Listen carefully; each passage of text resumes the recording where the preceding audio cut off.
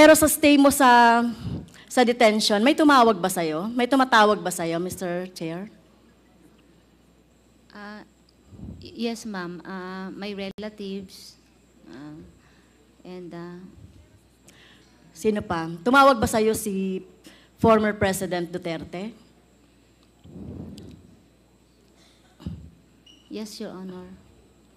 Tumawag sa'yo si former President Duterte. Kailan po? Paano yon? Yung bago ka nag-testify or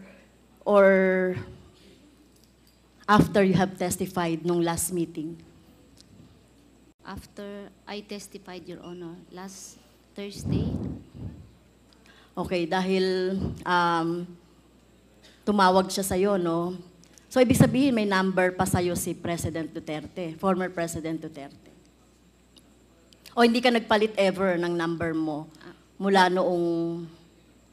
Nagpalit po ako ng number. Actually, yung number ko is just more than 1 year pa lang na ginagamit ko to, Your Honor. Yung number ko. I think he's very resourceful naman siguro, kaya nahanap yung number ko, Your Honor. Ilang beses tumawag sa'yo si former President Duterte? Once po. Once. Yes, Your Honor. Pwede bang malaman kung ano sinabi sa'yo ni former President Duterte? He just explained why Iglesia ni Cristo yung hinanap niyang officer. So that's why hinanap mo si Colonel Leonardo? In-explain niya sa akin why Iglesia ni Cristo po yung pinahanap. Bakit daw, Mr. Speaker? Mr. Chair. Your Honor, ang sabi niya is mapagkakatiwalaan sa pera ang Iglesia ni Cristo. So, ibig sabihin, dahil siya na mismo nagsabi na mapapagkatiwalaan sa pera. So, ibig sabihin, inductive reasoning lang, Mr. Chair. So, ibig sabihin, mapapagkatiwalaan ng pera si Colonel Leonardo. Dahil Colonel Leonardo is an Iglesia ni Cristo. Parang ganun ang implication sa'yo. Yes, Your Honor. So, ibig sabihin, nabibigyan ng pera si Colonel Leonardo. Yung mga rewards. It can be interpreted that way, maybe, Okay. Your Honor. So, hindi. Pag ina-analyze lang natin, Mr. Chair. Kasi